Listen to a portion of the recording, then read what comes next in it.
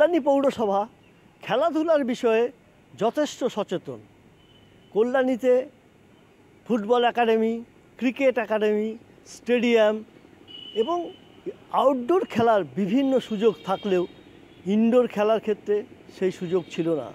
Changing room, toilet সব সুবিধা, এর ফলে কিন্তু ইনডোর গেমসেও ছোট ছোট ছেলেমেয়েদের কিন্তু উপস্থিতি আরও বাড়ছে। এই টেবিল টেনিসের মাঠ থেকেই কেউ বলতে পারে না যে এখান থেকেই দেশের হয়ে কেউ খেলতে যেতে পারে।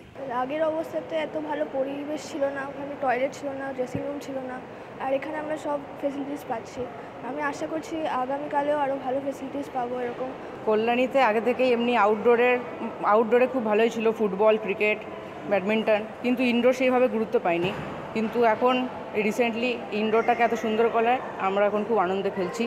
এখানে নতুনভাবে উন্নত করায় টেবিল টেনিস একাডেমিতে আমরা খুব স্বাচ্ছন্দ্য বোধ করছি এবং খেলতেও আমরা আরও সুন্দর বোধ করছি। আগে বাচ্চার সংখ্যাও খুব কম ছিল, এটা তৈরি হওয়ার পর আমাদের এখানে বাচ্চার সংখ্যা আরও অনেক বেড়েছে, প্লাস এখানে খেলার যে উৎসাহটা ওরা পাচ্ছে সেটা আরও বেশি করে পাচ্ছে। আশা করছি আমরা ভবিষ্যতে ওরা আরও ভালো খেলবে, আরও ভালো জায়গায় যাবে।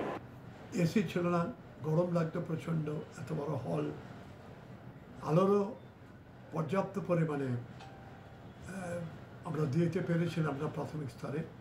তো এখন সবটাকে একত্রিত করে একটা compact indoor stadium for table tennis তৈরি হয়েছে।